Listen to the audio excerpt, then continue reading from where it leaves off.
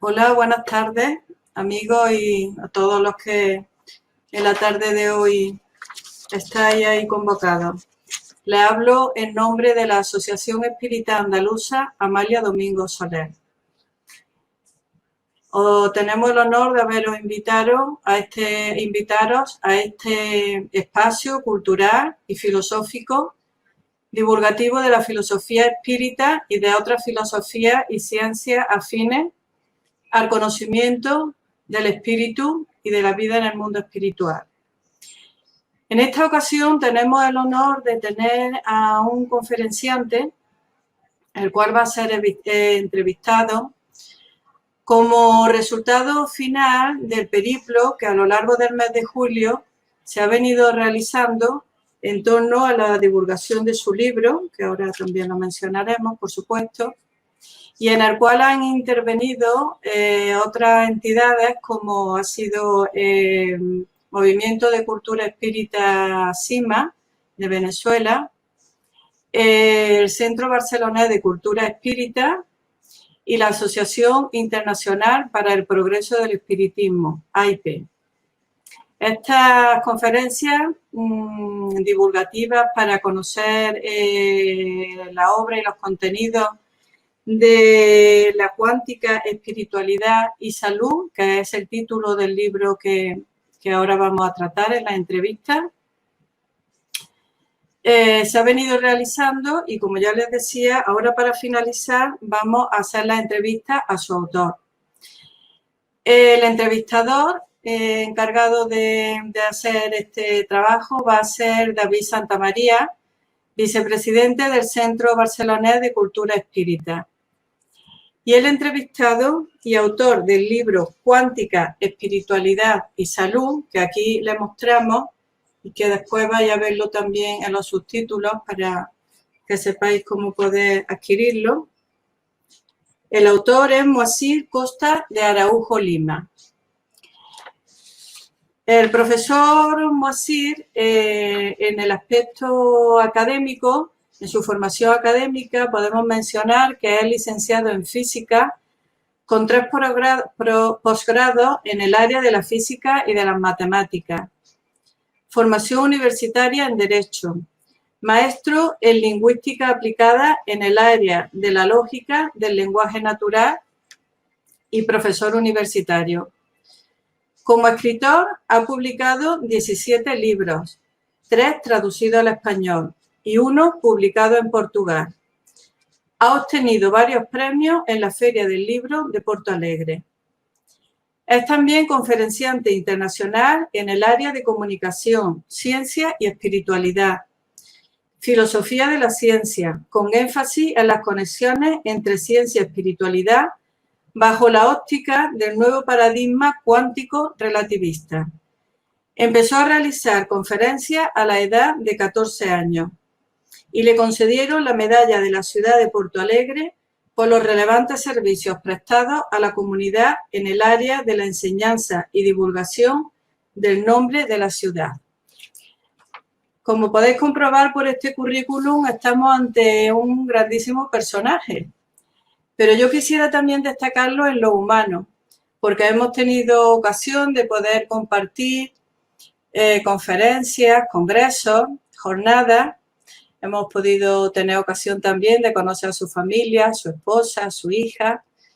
Y podría decirle que el resultado final de esta obra, en el que de forma reiterativa se invita a la coherencia, bien puede hacer honor su autor a todos los buenos consejos y en los resultados que de esta obra se desprenden. Un hombre humanista por encima de todo, además de un gran profesional. Y bueno, todo lo que pudiéramos decir de él sería poco. Tenemos también que agradecerle muchísimo el estar siempre muy dispuesto, muy disponible a todas las invitaciones que venimos realizándole. Y estamos seguros que cuando podamos superar esta pandemia, que ojalá sea más pronto que tarde, yo estoy segura de que será más pronto, pues podremos tenerlos también aquí, en nuestro país, en España, y poder disfrutar y escucharlo directamente. Hasta tanto llegue ese momento, tenemos que dar gracias de poder disponer de esta buena herramienta Y nada, nos disponemos a escucharlo, las preguntas que le va a hacer David, y recordarles que al final de la entrevista vais a poder también hacer vosotros vuestras preguntas a través del chat. Por lo tanto, no nos queda más que agradeceros el estar ahí, al profesor Moacir, a David y a todos vosotros, y nos disponemos a disfrutar esta tarde de un tema tan interesante como es la cuántica, espiritualidad y salud. Muchísimas gracias. Muchas gracias, Mercedes. Buenas tardes, profesor. Hoy llegamos a la última actividad programada para la presentación de este estupendo libro, Cuántica, Espiritualidad y Salud, que desde el Centro Barcelonés de Cultura Espírita, Pura Argelik y yo mismo hemos tenido el placer de poder traducir, y nuestro común amigo Josep María Torres de imprimirlo. Hoy nos gustaría realizarle una serie de preguntas, no solo acerca del libro, sino también, con su permiso, sobre algunos aspectos de su currículum que nos han llamado la atención. Por ejemplo, nos ha llamado mucho la atención su interés por conocimientos aparentemente alejados entre sí, como son la física, las matemáticas, el derecho, la lingüística, la espiritualidad y también el espiritismo, claro está. ¿Cómo se generó en usted su curiosidad por esta variedad de temas? Primeramente, saludos a todos. Gracias a Mercedes por sus palabras tan gentiles, tan amigas. También a nuestro grande amigo David. Ya me extrañan nuestros encuentros. Ya les siento falta de ellos. Pero si Dios quiera, en breve estaremos nos conociendo mejor y hablando personalmente. Cuanto a este interés, son distintos ramos de conocimiento. Yo personalmente siempre tuve una preocupación de comunicar aquellas cosas que aprendía. Entonces, cuando estaba leyendo un libro, cualquier cosa como eso, siempre pensaba cómo contarlo a los otros, cómo decirlo.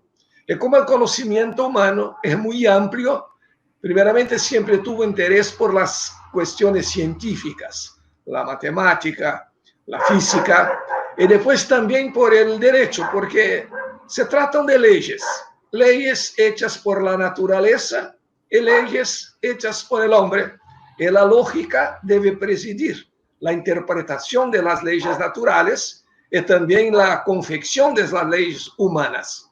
Entonces me interesé por los dos sectores, y confieso que cuando empecé el curso de Derecho, pensaba en dejar las clases. Bueno, no necesitaré más dar clases, voy a hacer otra cosa. Pero mal terminaba el curso y me invitaban para dar clases en la universidad, las clases de Derecho. Entonces comprendí bien que era la misión. Tenía que ser profesor, mismo por el interés de comunicar la cosa que aprendía. Y siempre tuvo un gran interés en la lógica. En ese tema de lógica del lenguaje natural se estudian las formas lógicas de comunicar a alguien aquello que queremos decirle. Porque sabemos que lo que es comunicado no es lo que el comunicador piensa o dice, es lo que entienden los otros. Y entonces es interesante conocer algo de estos mecanismos por los cuales tenemos condiciones de comunicarnos mejor. Y también para muchos eso, como algunas personas tienen un don para la pintura, para la música, otros vienen con la capacidad de comunicarse, porque yo creo que por más que alguien estudie, si no tiene una buena capacidad de comunicación, no es fácil desarrollarla.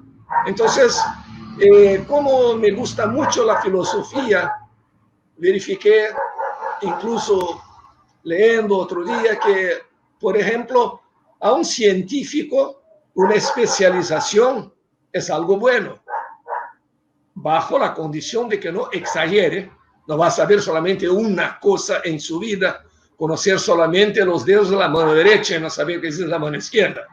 Pero la especialización para los científicos es algo bueno. para los filósofos es algo terrible, porque si la filosofía es el amor a la verdad, amor al conocimiento, un filósofo no puede tratar de un único tema.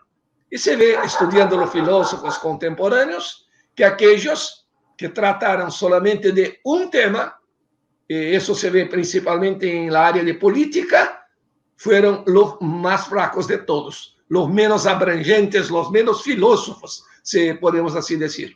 Entonces, ese interés por el conocimiento en general. Perfecto, es una muy buena combinación.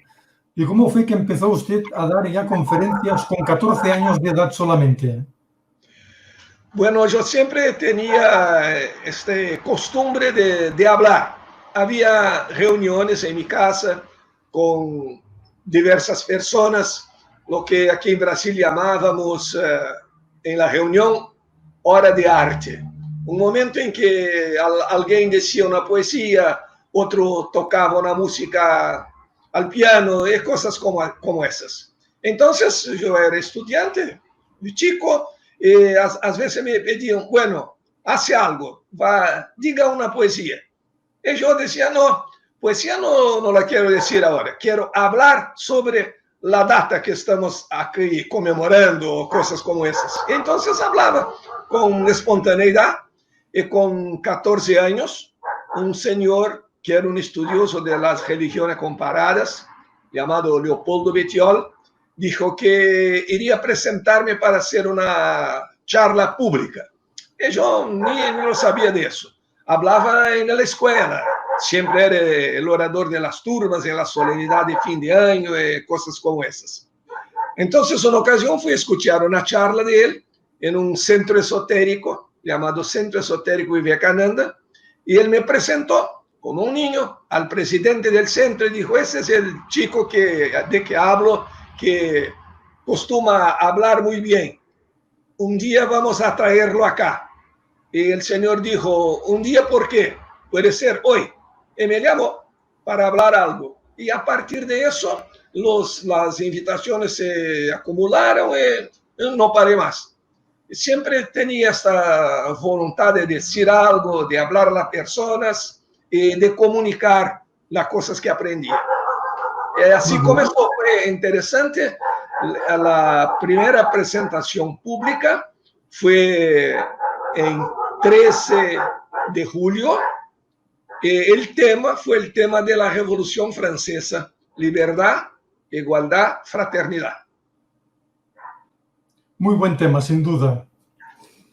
Profesor, en su currículum se menciona que en su labor de comunicación pone especial énfasis en hacerlo bajo la óptica del nuevo paradigma cuántico relativista. ¿Qué entiende usted por relativista? ¿Se refiere al concepto de relatividad einsteiniano o tal vez al término filosófico relativismo, que significa la teoría que niega el carácter absoluto del conocimiento al hacerlo depender del sujeto que conoce? Se habla, en este caso, de la teoría de la relatividad de Einstein, pero esa teoría tuvo un alcance filosófico muy amplio y hoy hay personas que dicen, por ejemplo, basadas en Einstein, que él tenía dicho que todo es relativo. Einstein nunca habló de eso, porque si lo hiciera, estaría haciendo como el escéptico radical, frases que destruye a sí misma. Porque si yo digo que todo es relativo, esa afirmación también es relativa. Eso nos lleva a pensar en lo no relativo, que sería el absoluto. Lo que dijo Einstein respecto a las observaciones científicas es que el fenómeno físico no es un fenómeno de per se, no es un fenómeno por sí mismo. Todo fenómeno es relativo a un observador. Según la condición en que observamos, tenemos una descripción distinta del fenómeno. ¿Qué es lo que hoy se dice en la filosofía? La cuántica lo confirma. El mundo no es lo que vemos, es lo que somos. porque somos co-creadores. Entonces, ese es el sentido de la relatividad. Incluso en otros terrenos, como en la filosofía, cuando Kant nos habla de los principios absolutos, nos dijo que existen los imperativos categóricos, que cuando hacemos algo, siempre debemos poner la cuestión, y si todos hicieran como tal, ¿cómo sería el mundo? Y Kant no admite, cuando se habla de los principios fundamentales, la relativización. Pero el día a día, la vida nos muestra distinta. Por ejemplo, que es utilizado mucho en la filosofía, llega a nuestra casa un amigo y dice que está fugiendo de un asesino. Y nosotros permitimos su entrada porque es nuestro amigo. Poco tiempo después, bate a la puerta el asesino y pregunta, ¿está ahí Juan, por ejemplo? Según Kant, no podemos mentir jamás. Y debemos pensar, y si todos mentisen en todas las ocasiones, pero en esta ocasión la mentira es necesaria. Entonces se piensa que Kant será el ideal, el mundo de perfeccionamiento, el mundo en que la Tierra esté en un estado de evolución superior, porque no habrá asesinos y no habrá esas circunstancias especiales en que mentir es bueno. Pero como no estamos en este plan todavía, tenemos que relativizar el dicho de Kant respecto a los imperativos categóricos. No se puede jamás mentir. Se tiene que decir siempre la verdad. Hay circunstancias en que lamentablemente, por falta de evolución, y Kant vislumbró el futuro, uno de los más grandes filósofos, sin duda, habremos de llegar en una situación en que no habrá la necesidad de la mentira. Entonces se habla el nuevo modelo cuántico relativístico de la relatividad en relación al tiempo, a los fenómenos generales de la física, porque todo depende de la capacidad de quien observe, en qué condiciones observa. Y cuanto a los sentimientos, nuestras actitudes, nuestro carácter, existen cuestiones en que nosotros no podemos relativizar. Nosotros debemos actuar con ética. Mentir para salvar una vida es posible. Ahora, actuar fuera de la ética es imposible. Y exactamente por eso el espiritismo tiene una ética, una moral distinta. No es impositiva, sino que es propositiva. En general, los mandamientos, los códigos de las religiones tradicionales son como las reglas, las leyes del derecho penal. Casi todo empieza por no. No matarás, no mentirás. Es todo así. Y finalmente, en el derecho penal, al leer el derecho penal de un pueblo, nosotros nos quedamos sabiendo todo lo que es prohibido. No llegamos a entender bien todo lo que es permitido. Es por exclusión solamente. Si no está prohibido, está permitido. Pero este es un trabajo lógico, un trabajo mental exhaustivo. No utilice el minimalismo. Es la manera más compleja de llegarnos a algo. Al revés de decir lo que puedo hacer, yo digo lo que no puedo hacer. Y hago una lista de todo lo que no puedo hacer. Y si no encuentro en esta lista alguna actitud, ahora ella es permitida. Así con las religiones tradicionales. La moral espírita, al revés, es una moral propositiva. Es una moral que no impone, pero que demuestra bien las consecuencias, porque tenemos libre albedrío, las consecuencias de nuestras actitudes. Nosotros podemos elegir actitud de A o actitud de B. Dios no nos va a punir directamente por tenermos elegido A o B, pero una vez que se deslancha, se pone en camino una causa, los efectos van a surgir naturalmente. Entonces creemos que existe una ley de causa y efecto, como en la ciencia, en términos de ética y moral. mostramos los caminos posibles y a dónde lleva cada camino, pero el caminante va a elegir su camino según para dónde quiera ir. Muy bien. ¿Podría definirnos con palabras sencillas para ignorantes como somos la mayoría, qué es la física cuántica?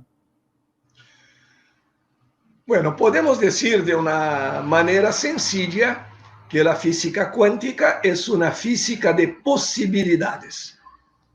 La física antigua utilizaba el principio llamado de causalidad rígida, bajo lo cual no teníamos nada a elegir. Todo estaba predeterminado, como en las ideas de destino de las creencias tradicionales. Lo que es muy cómodo, porque si yo creo que mi destino está predeterminado, no necesito hacer nada. No vale hacer nada, porque lo que va a ocurrir ya está predeterminado y yo no lo puedo modificar. Entonces, la cuántica es una ciencia de posibilidades. Y lo más interesante en el aspecto filosófico de esta ciencia es que nosotros somos los constructores de nuestro destino. Al revés, al contrario de la física newtoniana, que afirmaba el determinismo absoluto y, consecuentemente, la inexistencia del libre albedrío, la cuántica envasa muchos de sus conceptos y conclusiones en la existencia del libre albedrío. Entonces, es una ciencia de posibilidades que muestra la importancia del pensamiento y de la conciencia del observador. El observador no es más alguien apartado del fenómeno, sino alguien que participa del fenómeno, influenciando el comportamiento de las partículas bajo su observación y su conciencia. Entonces, es una física de posibilidades que alteró el concepto material de realidad, que trajo muchos otros conceptos que actualmente causan dudas a los observadores, a los científicos, porque no tenemos todas las respuestas y es un desafío para el conocimiento del propio hombre. De un modo general, es una ciencia de posibilidades. Punto número 1. Punto número 2. Esas posibilidades tienen distintos grados de probabilidad y nuestra conciencia puede elegir dentro de las posibilidades que son factibles aquellas que deseamos, desde que tengamos condiciones de pensar correctamente. Entonces, nos elevó de la categoría de simples observadores a la responsabilidad de co-constructores de nuestra vida, de nuestra sociedad, de aquello que llamamos nuestro destino. Es la ciencia del libre albedrío y de las posibilidades. Muy bien. En su obra nos dice, profesor, que Einstein se interesó por la física para entender mejor lo que era el pensamiento divino. ¿La física cuántica puede ayudar a demostrar la existencia de Dios? El problema de la existencia de Dios continúa científicamente hablando como un problema de creencia, como el ateísmo también. Es una creencia en el existir, una creencia en no existir. Pero cuando hay esa descripción del universo, la cuántica, si llevamos al terreno de la filosofía, trajo algunas novedades que son muy importantes. Primeramente, que la materia es un caso particular de energía y que el pensamiento también es una forma de energía. Después, cuando se estudia la formación del universo, se tiene dos posibilidades. Todo eso, que empezó con la gigantesca explosión que fue el Big Bang, será fruto de acaso o no. Entonces, estudiamos y vamos obteniendo indicios. pero un indicio no llega a ser una prueba científica, porque Dios no es de la orden de las cosas de demostración, pero un análisis profundo de la naturaleza, de las leyes, de la evolución que jamás negamos en el pensamiento espírita. No somos creyentes del paraíso y cosas como esas literalmente. Estudiando bien la evolución, la formación del universo a partir de esa grande explosión, los indicios, los indicadores nos llevan mucho más a comprender que por el propio cálculo de probabilidades, que es más probable que todo eso sea un planeamiento inteligente que fruto del acaso. Porque la probabilidad de vida es una probabilidad muy baja. Muchos elementos se tienen que conjugar para hacer una célula viva, por ejemplo. La combinación de las constantes físicas del universo también. Y nosotros sabemos que cuando hay una combinación de probabilidades, la probabilidad se vuelve más baja. Si yo quiero que si una ocurrencia, un acontecimiento, tiene una probabilidad, por ejemplo, de 1/4, depende de otro simultáneo, también con la probabilidad de 1/4, la posibilidad de la ocurrencia dupla al mismo tiempo es multiplicativa, o sea, será 1/16. La probabilidad de la vida aparecer por acaso, por esas combinaciones de tentativas y errores de la naturaleza, es, en términos de matemática, lo que llamamos una probabilidad estocásticamente nula. Eso quiere decir la probabilidad de que todo sea acaso existe, pero es tan baja, se aproxima tanto del cero, que prácticamente no debemos considerarla.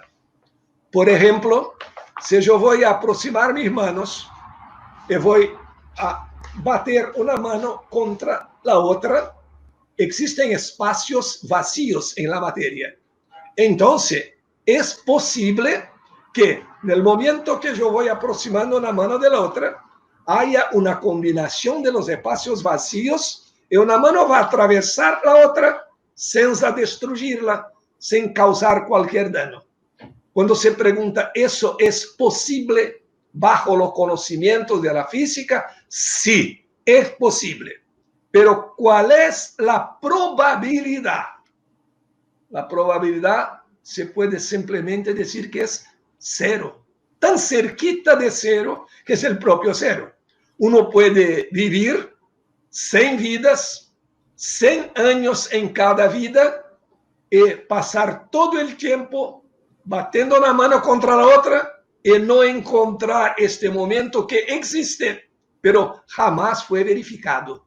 Entonces, lógicamente, si estudiamos todas las condiciones de la vida y de la evolución, atribuir todo eso al acaso, al azar, la suerte, es querer apostar en una probabilidad que no se ha verificado todavía y que es tan cerquita de cero que podemos decir que es el propio cero. Ciertamente. Cambiando de tema, usted en el libro relata que en 1993 hubo una importante experiencia acerca de la influencia positiva que varios miles de personas meditando, de meditadores que les llama usted, tuvieron en Washington para disminuir significativamente, me parece que era el 25%, el número de homicidios. ¿Cómo se canaliza esa acción de una meditación realizada por unas personas que no conocen a aquellos a quienes van a influenciar? ¿Cómo se procesa esto? Perfectamente. Y el fato de las personas no se conocerem recíprocamente es más una prueba de la efectividad del fenómeno, que no se puede atribuir a un eventual efecto de sugestión, lo que en medicina llamamos el efecto placebo, es bien distinto. Es por eso que hay una constatación, es en ese sentido de la filosofía, que los nuevos conocimientos de la relatividad y de la cuántica abren un panorama espectacular para el espíritu en la filosofía de la ciencia. Porque bajo los principios del mecanicismo no habría lugar para Dios, para espíritu, para evolución espiritual. Ese principio filosóficos en nada contrarían las nuevas descubiertas de la física cuántica cuando se trata de hacer la interpretación. Y se tiene el coraje de preguntar, bueno, el fenómeno está ahí, ¿por qué ocurre? ¿Cuál es la causa del fenómeno que estamos observando? Y eso es lo más interesante. Entonces, como el pensamiento es una forma de energía, energía no se crea ni se destruye, simplemente se transforma, muchas personas, pensando lo mismo, están haciendo una concentración de energía. Y es posible llegar al punto crítico en que la energía es suficiente para determinar la ocurrencia de un determinado fenómeno. Es eso que hacen los meditadores en general. Y hay una importante consecuencia descubierta en el mundo subatómico. Los científicos dicen, respecto a las observaciones del electrón, de las partículas subatómicas en general, que la expectativa del evento crea el evento. Si nos preparamos para recibir el electrón como una onda, él va a se manifestar como una onda. Si nos preparamos para recibirlo como una partícula, va a se manifestar como partícula. Como si fuera una conciencia más chica, queriendo seguir una conciencia más amplia. Entonces tenemos la idea de la conciencia y las partículas atómicas en la doctrina espírita. Cuando se dice con gran anticipación a las descubiertas de la ciencia que la conciencia se desarrolla del átomo hasta el arcángel. Por lo tanto, existe ese grado de desarrollo de conciencia. Eso es muy importante para nosotros. Es cuando el Dalai Lama llama atención a la prensa en general, a los divulgadores, a los formadores de opinión, de la responsabilidad que tienen con aquellas cosas que afirman, porque las personas creen.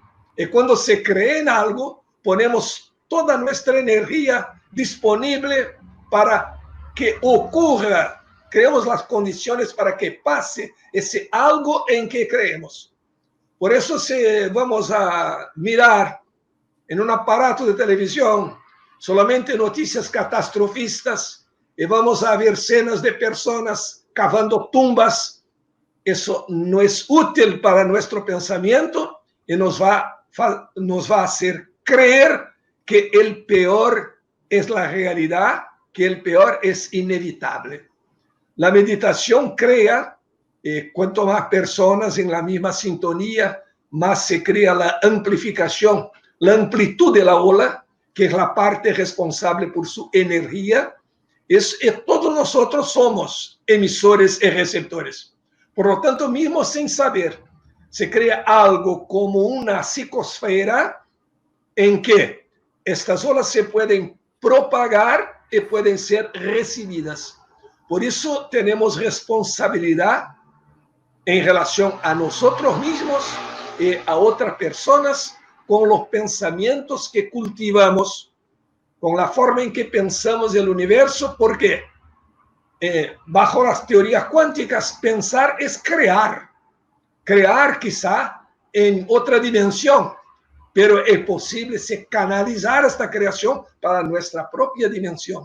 Entonces, pensar correctamente, pensar en el bien, es en el mínimo crear posibilidades de que este bien sea recibido. Entonces podemos decir que esa suma de mentalidades, esa suma de energías y esa suma de pensamientos puede influir positiva o negativamente en fenómenos naturales, como por ejemplo el que estamos viviendo ahora con la pandemia. Podría ser. Perfectamente, perfectamente. John Weller, que coordenó esa reunión en Washington, físico, y trabajó en el CERN, el Centro Europeo de Pesquisas de Búsqueda Nucleares, el CERN.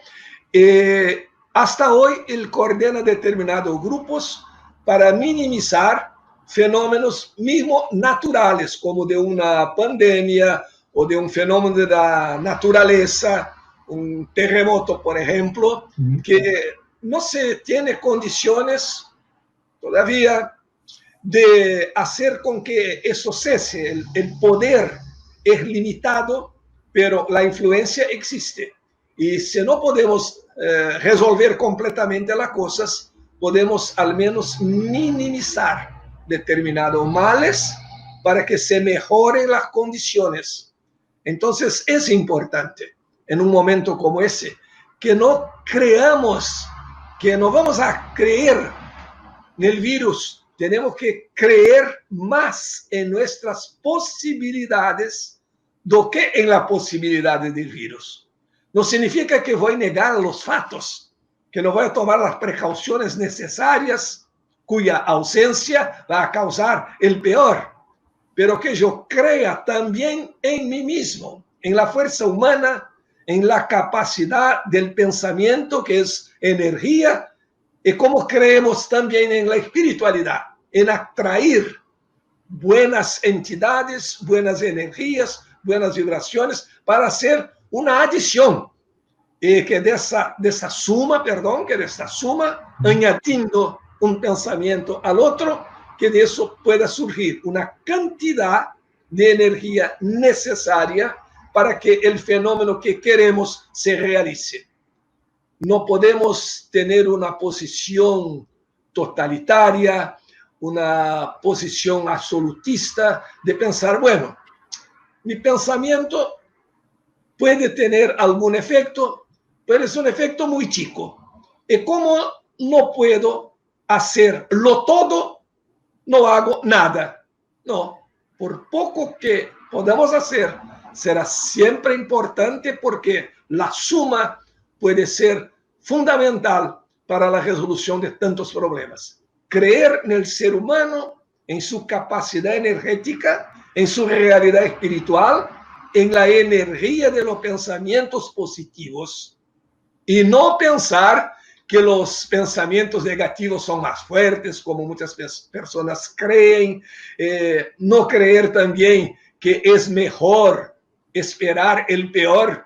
No, esperar el peor es duplamente peor, porque vamos a sufrir por esperar y vamos a sufrir por el fato mismo. Entonces, como el pensamiento es creador, pensar el mejor es por lo menos crear buenas condiciones para que el mejor sea presente. Es bien verdad, muy bien. Usted también menciona en su libro que la física cuántica no puede prescindir de la intuición. ¿Cómo se conjugan estos dos aspectos aparentemente tan diferentes? Eso es uno de los puntos más importantes en la ciencia actual, porque estudiando las grandes descubiertas, los grandes descubrimientos científicos, se verificó que muchos de ellos surgen en las ocasiones más inesperadas, como se diría, bajo un entendimiento restricto de la realidad. ¿Acaso? Simplemente eso.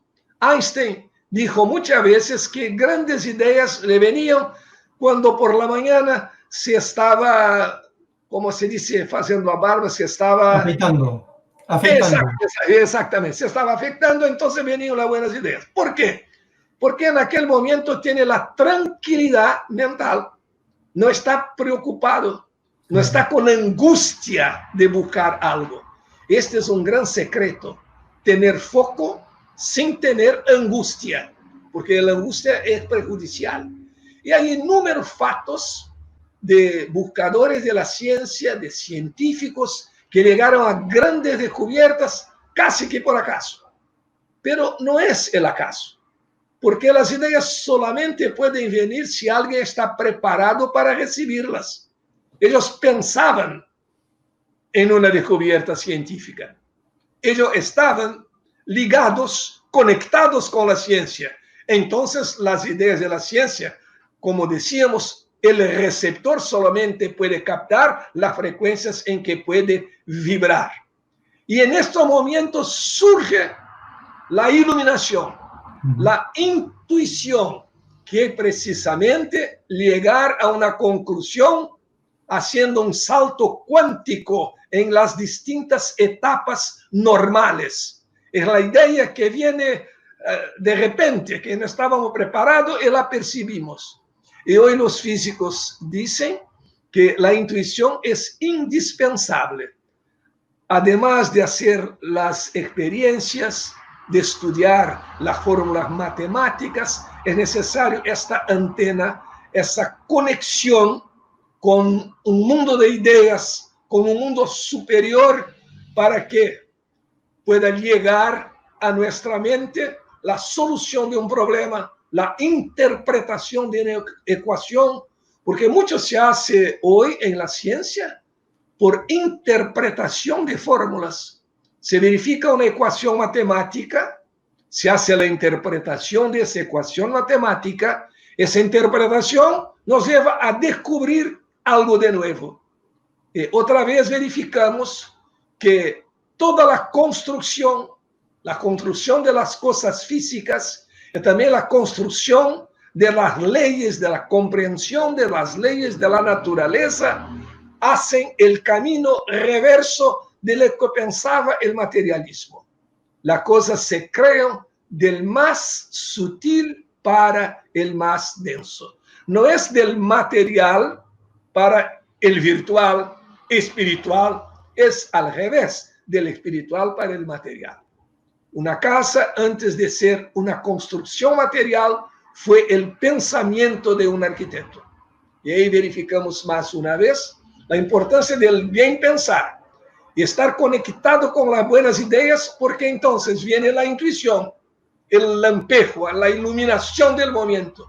Y es muy interesante que cuando se lee esos relatos de descubiertas en el terreno de la matemática, en el terreno de la física, de la química, cuando en un momento inesperado la solución del problema llega al científico, la descripción de todos es la misma.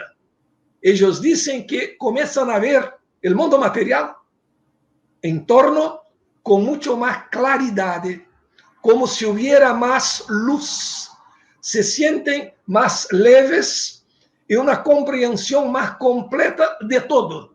Es literalmente una experiencia de iluminación. Eso es muy importante porque sabemos que todo es hecho de luz. La teoría de las cuerdas, todo es hecho de vibración electromagnética. Y cuando Kardec preguntó a los espíritus cuál es la mejor forma de explicar la formación del universo, los espíritus dijeron que la forma más aproximada sería el fiat lux, fácase a luz. El fiat lux, que los científicos negaron por mucho tiempo, otros que no estudiaron la actualización de los conceptos continúan negando, pero cuando se habla de la teoría de las cuerdas, se dice exactamente que todo que existe es el resultado de la vibración de filetes electromagnéticos. ¿Qué es un fileto electromagnético en vibración? Luz.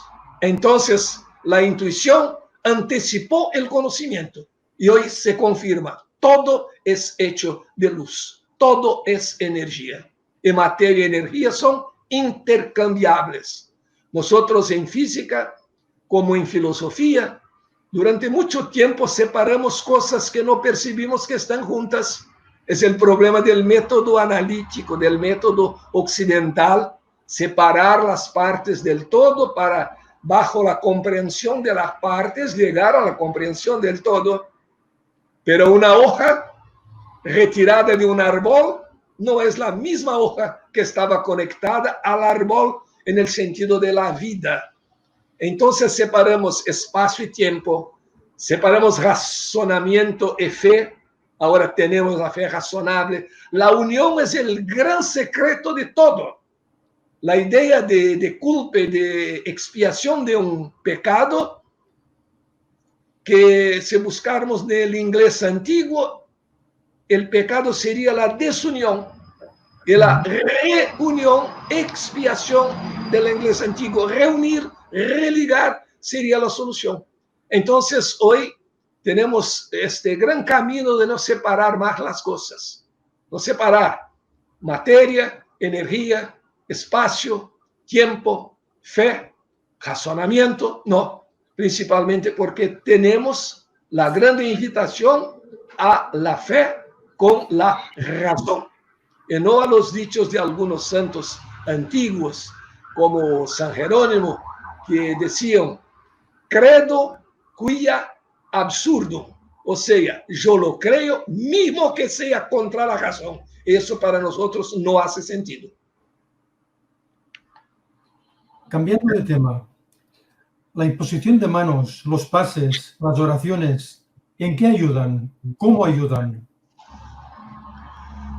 Son una forma de hacer una transposición de energía. Hoy existe la fotografía del aura humano, un asunto que está un poco relegado actualmente, pero que fue muy buscado en los años 70 y 80 del siglo pasado, pero que no está demostrado que no existe. Al contrario, está demostrado que existe. Entonces nosotros somos cercados de una radiación electromagnética.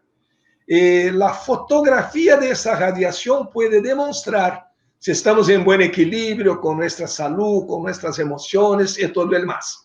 Esa energía que los rusos llamaron un campo energético, campo biomagnético, esa energía se puede transmitir.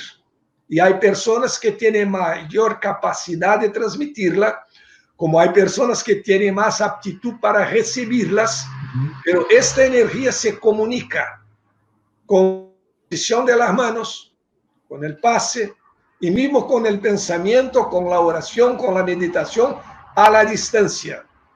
Pero como toda energía disminuye con la distancia, no hay un estudio final sobre eso, pero es una característica general de que la energía con la distancia reduce su intensidad, pero no deja de existir, jamás deja de existir.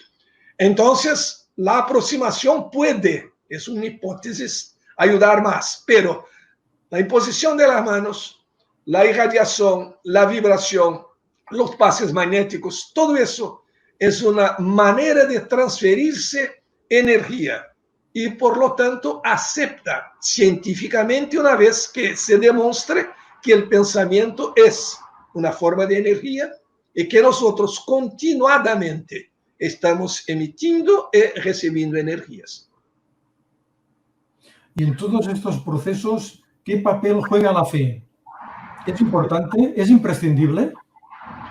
El papel de la fe es importantísimo, porque cuando creemos en algo, no es solamente el llamado efecto placebo, pero cuando creemos mismo, ahí hay una diferencia entre creer, tener fe, y desear, querer creer. Cuando alguien nos dice, bueno, a mí me gustaría mucho creer en algo, está diciendo que no cree. Existe un discípulo de Pasteur que no acreditaba en el virus de la rabia, en el microbio de la rabia. Y entonces tomó un vaso de agua que estaba lleno del vibrión colérico y dice, yo no creo en eso, no va a pasar nada. Y nada pasó. Más tarde, estudió más, comprendió que aquellas cosas invisibles eran reales y dijo, yo jamás voy a beber un otro vaso de agua en esas condiciones porque sé que me va a matar. Interesante, cuando creyó mismo con toda la intensidad que aquello no le causaría mal, no le causó mal. pero jamás sabemos cuando estamos nosotros en un estado de conciencia semejante. Por lo tanto, jamás debemos hacer una experiencia de ese tipo. No, yo creo que no me hace mal. Va a hacer mal, porque esa creencia no es así tan profunda, capaz de causar todas las modificaciones necesarias del organismo. Ahora, la fe nos torna más receptivos, ayuda, pero no es el único factor y no es un factor imprescindible. El problema se puede plantear de la siguiente manera. Vamos a suponer, por ejemplo, que nosotros vamos a hacer una meditación, una forma de oración por alguien que está enfermo. Si la persona sabe y se prepara, va a crear mejores condiciones. Los posibles asesinos de Washington, la reducción de 25% en aquel verano, no sabían de nada, pero las vibraciones llegan en buenos momentos. Entonces, si la persona sabe y se prepara, va a crear condiciones de receptividad para esa energía. Y existe también la fe negativa de aquellas personas que creen que nosotros estamos aquí solamente para sufrir, que la felicidad es en otro mundo, de aquí a muchas y muchas vidas, que sufrir es bueno, que estamos así pagando nuestras deudas, y con este pensamiento no se quieren curar. Entonces, si le decimos, bueno, vamos a hacer una oración, una meditación para tu salud, no. Si yo estoy enfermo, debo haber hecho algo de negativo en otra vida, ahora tengo que pagarlo, los intereses están muy altos en los bancos y posiblemente en el cielo también, entonces déjame sufrir. Esta es la fe negativa. La persona está en un mecanismo de autopunición. Así como nadie enseña a quienes no quieren aprenderlo, nadie cura a quienes no se quieren curar. Pero la fe establece un mecanismo de sintonía. Nos pone el aparato de radio en la emisora correcta. Y si estamos en la emisora correcta, es más fácil recibir sus ondas. Hace 60, 70 años hubo un medium en Brasil muy famoso en su época, José Arigó, que realizaba unas curas de cirugía espiritual espectaculares. Usted menciona este caso en su libro. ¿Qué opinión le merece desde el punto de vista de un físico cuántico? Sí. Existen algunos fenómenos que no tienen una relación directa con los estudios de la ciencia, pero hay algunos puntos que son extraordinarios en ese medium fantástico que fue José Arigó. Primeramente debemos hacer que estos mediums espectaculosos parece que llegan para llamar atención respecto a los fenómenos, pero hoy estamos en otra fase de evolución.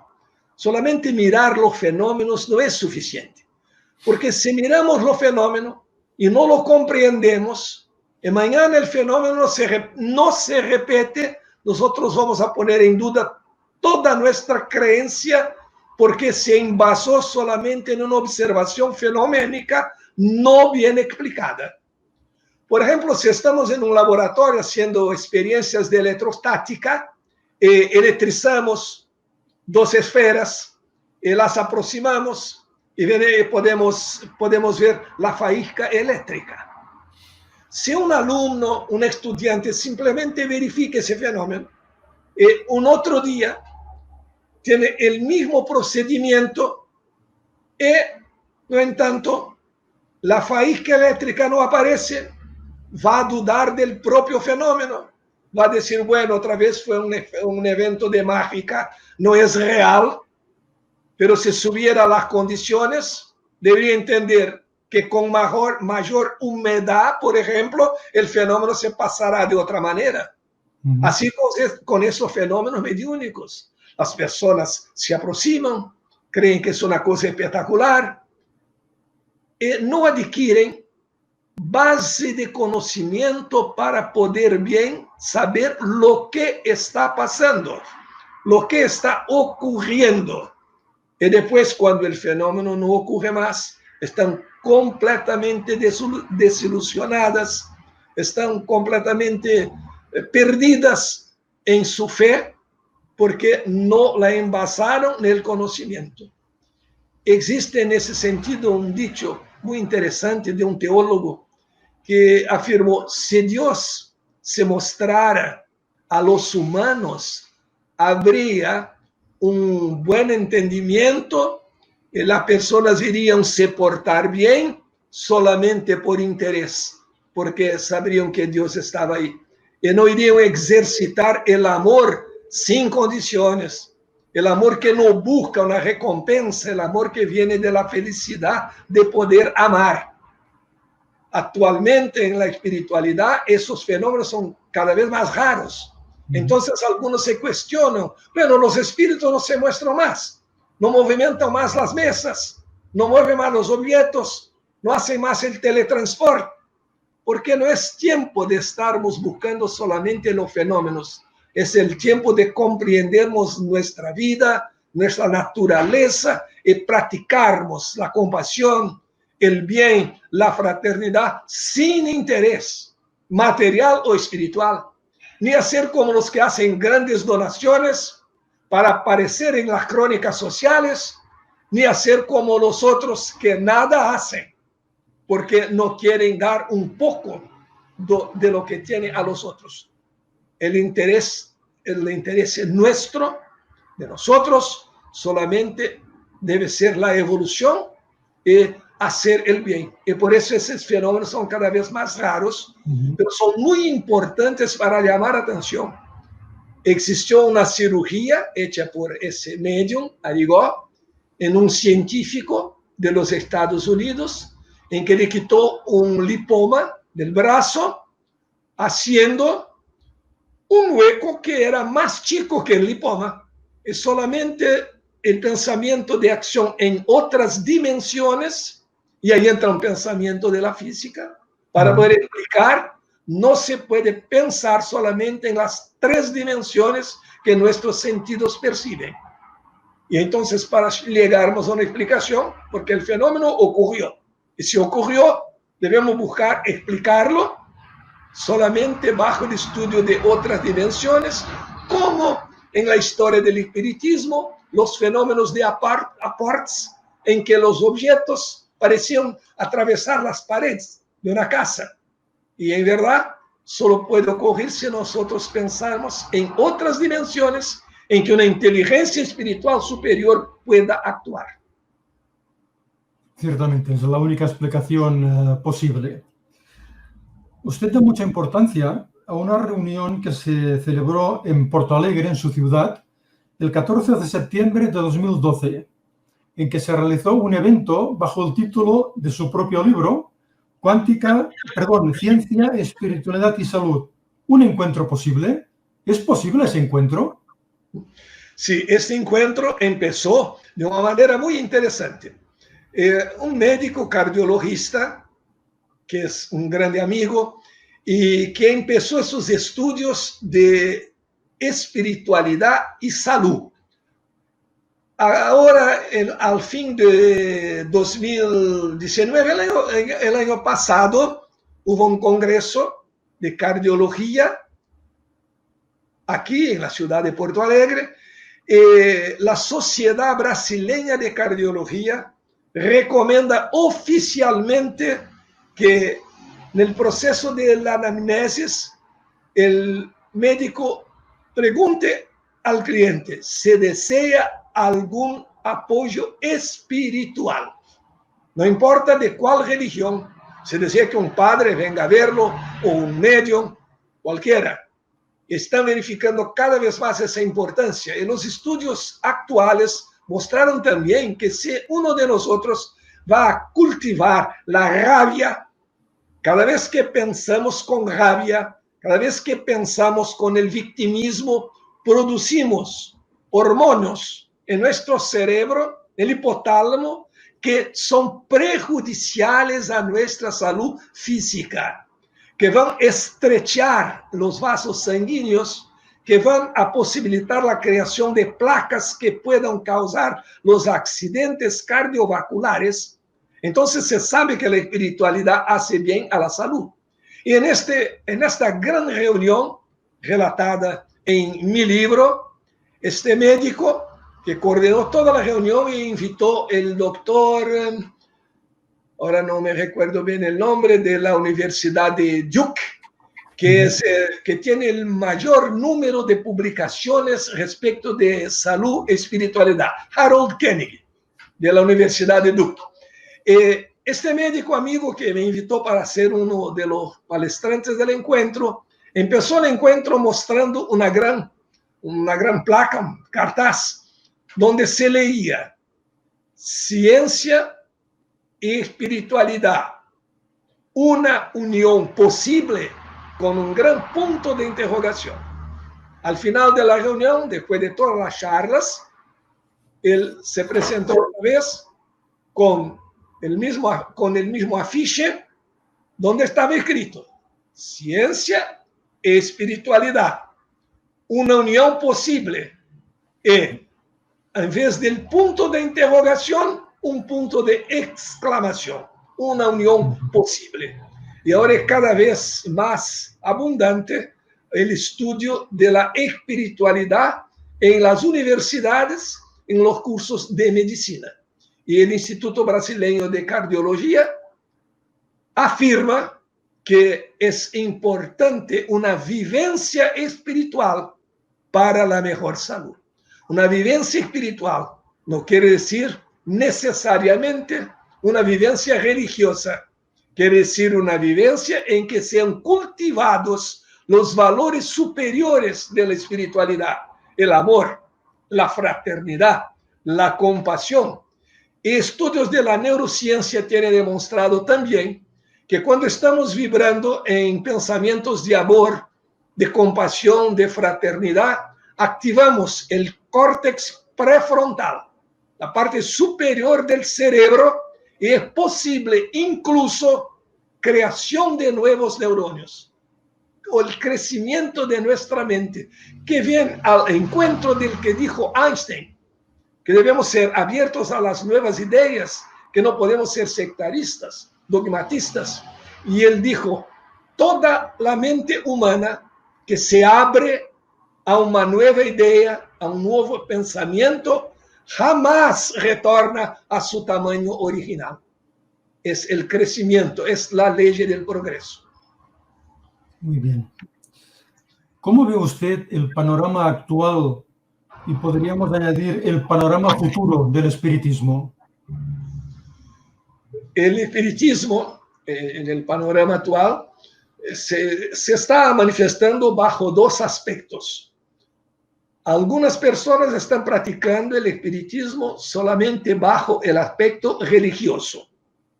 Yo no tengo nada contra quien busque el aspecto religioso, bajo la condición de que esa búsqueda no va a alejar del conocimiento. Pero el peligro del aspecto religioso es que podemos nos tornar tan dogmatistas e intolerantes cuanto cualquier otro religioso. Y ahí es el gran error, porque nuestra fe depende de nosotros. Nosotros creemos en algunas cosas, pero no podemos confundir nuestra fe con la verdad, y mucho menos desear imponer esa verdad a los otros. Entonces el espiritismo necesita como una doctrina de fraternidad y evolución, se abrir más a los conocimientos en general. No pensar que toda la verdad ya está dicha. No pensar que sabemos todo, porque muchas cosas van a surgir. Kardec lo dijo, si la ciencia prueba el error del espiritismo en determinado punto, el espiritismo se reformulará. Entonces está abierta la posibilidad de reformulación de viejos conceptos. No hablamos de moral, de ética, de evolución espiritual. Pero en el camino científico existe la posibilidad, porque hay siempre cosas nuevas. La verdad newtoniana no es la verdad relativística, pero lo interesante es que en los paradigmas científicos el nuevo no destroza el viejo, aprovecha todos los problemas que el viejo paradigma puede resolver y va a añadir a ese paradigma aquellos conceptos bajo los cuales los problemas no eran todos resolvidos. Entonces es un avanzar conquistando y jamás destruyendo. Y no podemos jamás nos creer los dueños de la verdad. Hay un pensador francés que dijo algo muy interesante. Las personas que creen saber todo deberían entender que solamente creen que saben. Y por eso, a veces no saben lo que creen. Es distinto pensar que se conoce y conocer. Es una cosa distinta. Y el espiritismo tiene un mensaje original que es importantísimo. Él no viene a destruir ningún concepto religioso. Y si nosotros comprendemos el mecanismo de la ley continuada del progreso, de la reencarnación y de la posibilidad de mirar la razón face a face, lo que significa estar marchando de acuerdo con el progreso científico, nosotros tenemos muchas posibilidades. Pero sabemos todos que la presentación es muy importante. La manera como presentamos a alguien y la manera como alguien se presenta es decisivo. Mismo que no conocemos integralmente a la persona, mas es decisivo. ¿Y cómo nosotros presentamos el espiritismo?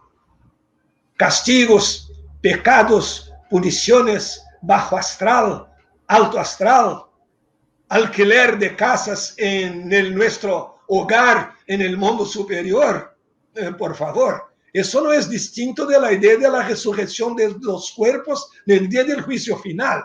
Tenemos que actuar con buen senso y hacer una distinción entre lo que es una metáfora y lo que es una realidad física.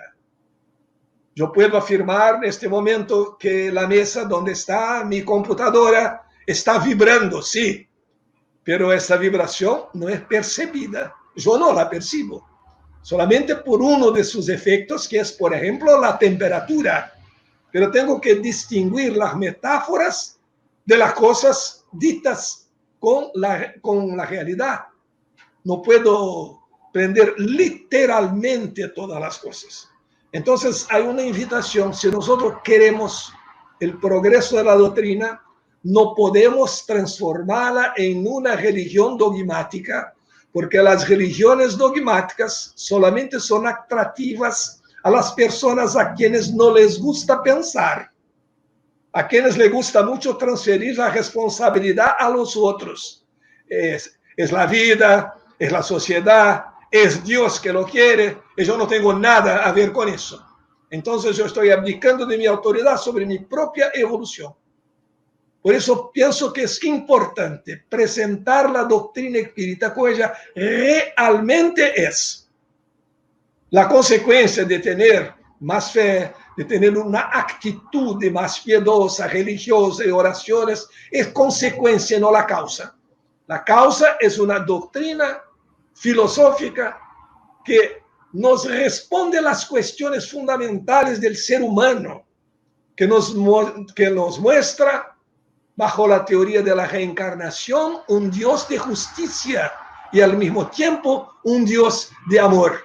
Y con amor y justicia, el sentimiento de fraternidad, con abertura al conocimiento científico, jamás creyendo que todo se lo sabe y nada se necesita aprender, nosotros tenemos la responsabilidad de divulgar una doctrina abierta y no la podemos presentar con trajos inadecuados a su responsabilidad filosófica. Es una doctrina abierta, no es una doctrina dogmática no es una doctrina de crimen y castigo, no es una doctrina punitiva, es una doctrina de felicidad. Evangelio significa buena dicha.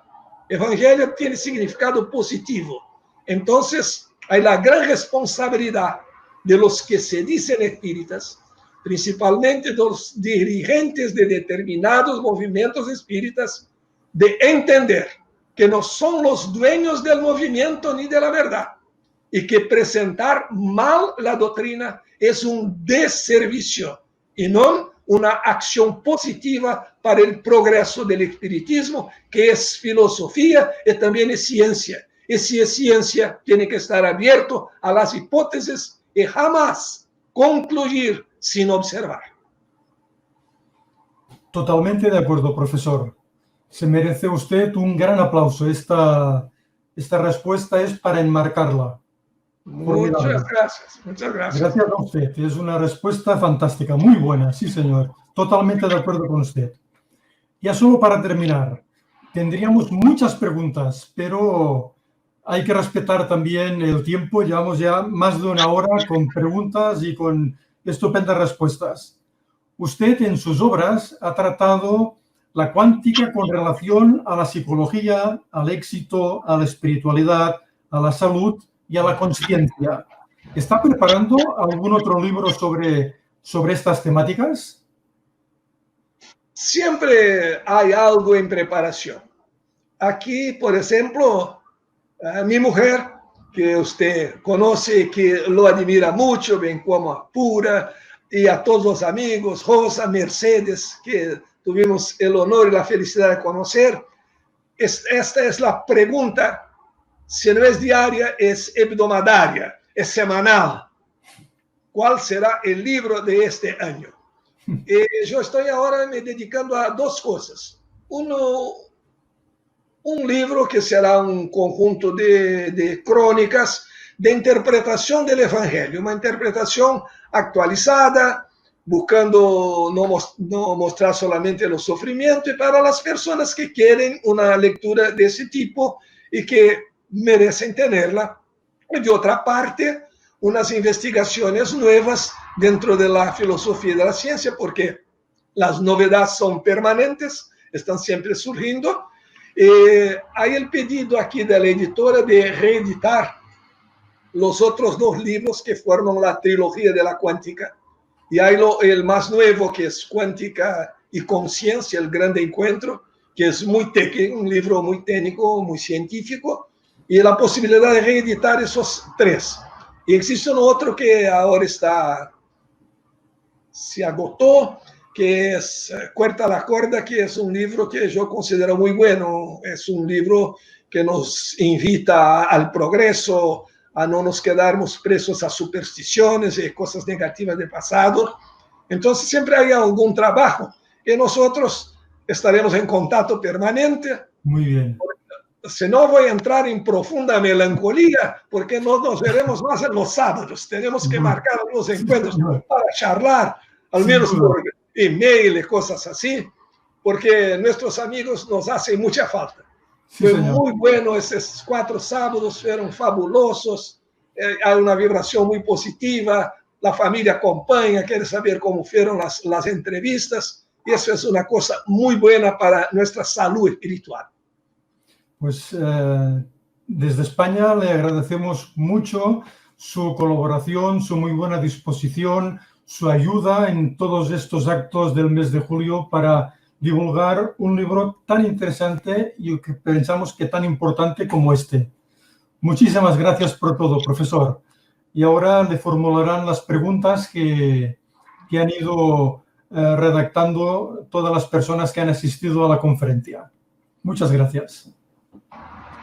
Muchísimas gracias, profesor Mosir. He disfrutado y creo que todos hemos disfrutado muchísimo con la interlocución que nos ha hecho, respondiendo a tantísimas preguntas, que verdaderamente el tiempo se ha hecho corto por la amplitud, por la cantidad de preguntas y por la variedad de los temas. Así que puedo decirle que lo he disfrutado profundamente y estoy muy agradecida. Vamos a pasar a las preguntas. y unos saludos que después leeremos también de todos los que han estado compartiendo esta tarde.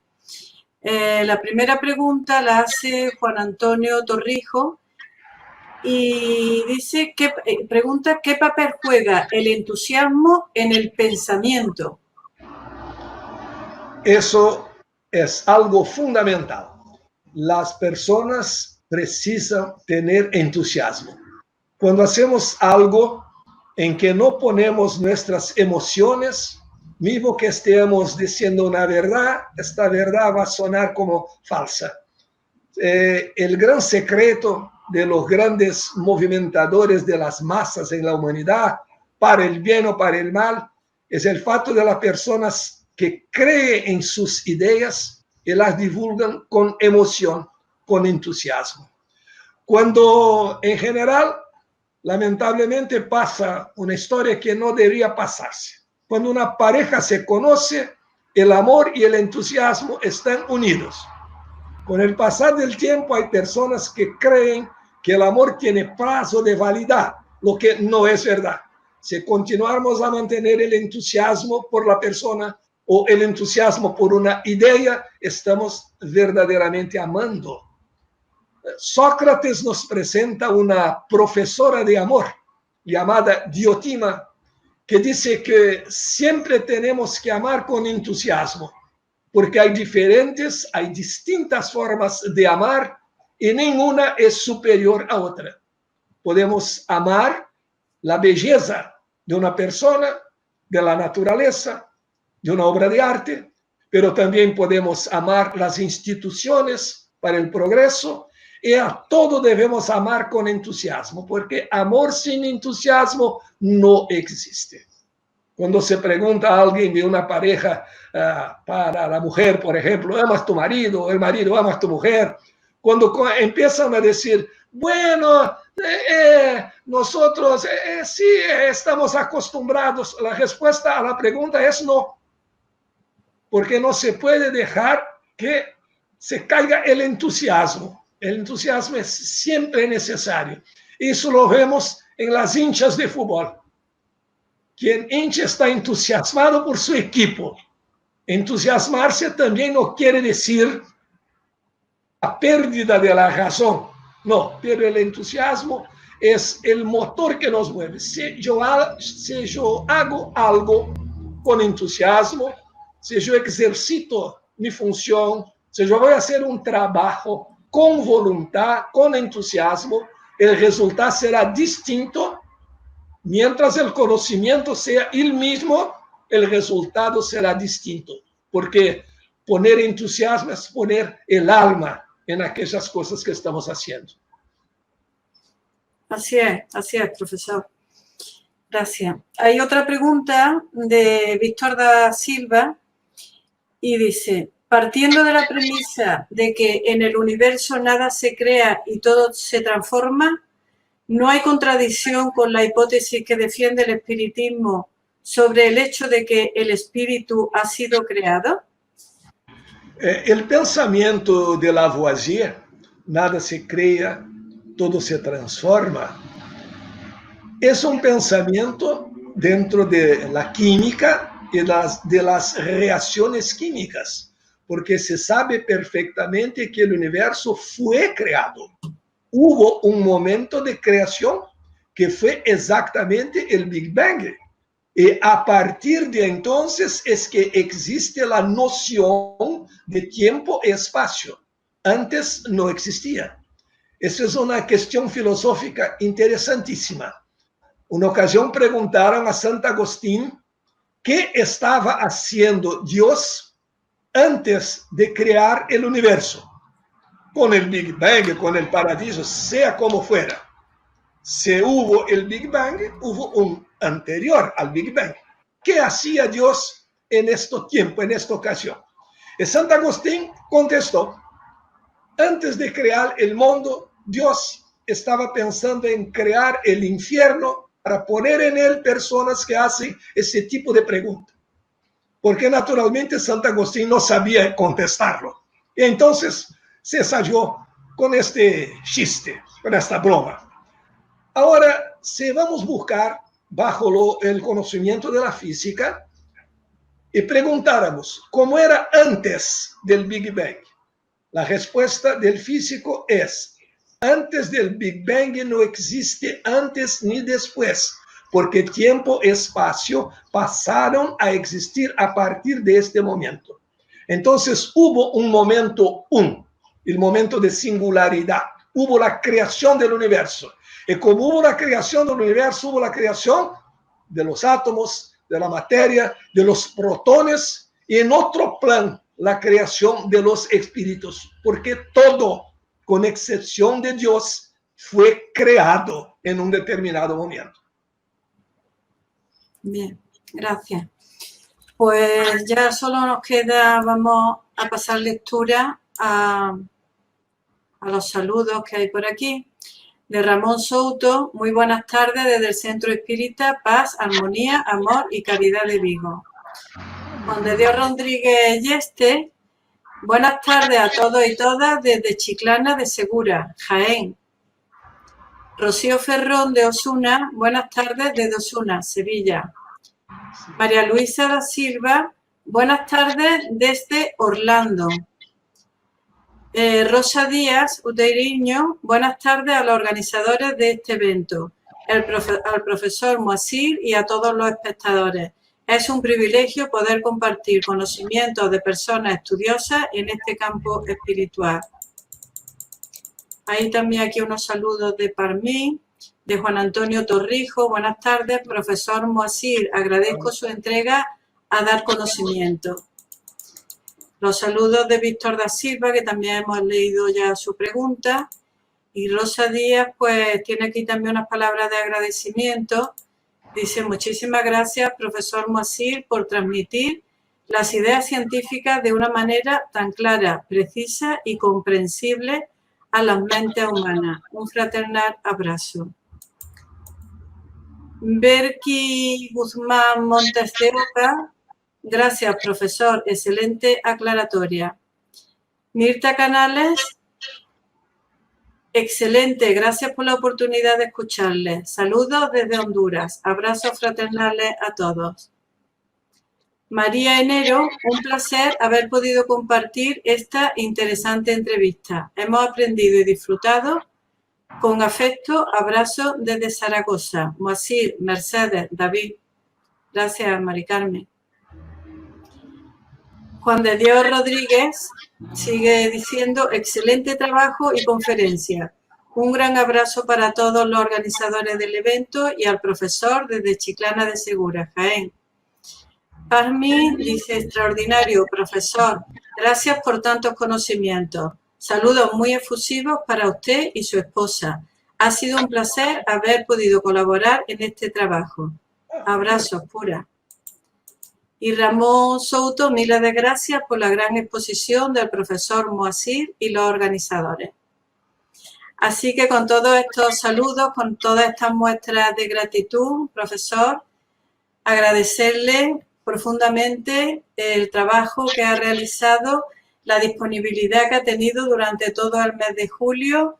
Todos estamos tremendamente agradecidos y nos quedamos pues expectantes de los nuevos trabajos que pueda presentarnos y a la vez deseosos también de poderlo tener personalmente junto con su esposa y familia nuevamente por España. Así que muchísimas gracias, nos sumamos al aplauso que ya David le ha dado y le enviamos nuestro aplauso virtual. Encantados de haber disfrutado esta tarde tan amena, tan profunda, tan abierta y amplia al conocimiento. Muchísimas gracias. A los espectadores, pues ya comunicarles nuestro agradecimiento por haber compartido esta tarde con nosotros y anunciarles que nuevamente para el próximo último sábado de agosto, el día 29 en concreto de agosto, seréis convocados para una nueva conferencia, la cual os puedo anticipar que va a estar a cargo de David Santamaría y nos va a hablar del gran enigma, un tema profundo, un tema muy trascendental y muy a la altura de la persona que lo va a presentar. Así que os deseamos que continúen disfrutando del verano, continúen estudiando. El libro del profesor Moisir sería un buen compañero de viaje en los momentos de meditación y de profundidad y de reencuentro con nosotros mismos, ahora que podemos tener algo más de tiempo en las vacaciones. Y nada, que disfruten y que sean muy felices. Hasta siempre. Muchísimas gracias a todos. Reciban todo nuestro fraternal abrazo. Gracias.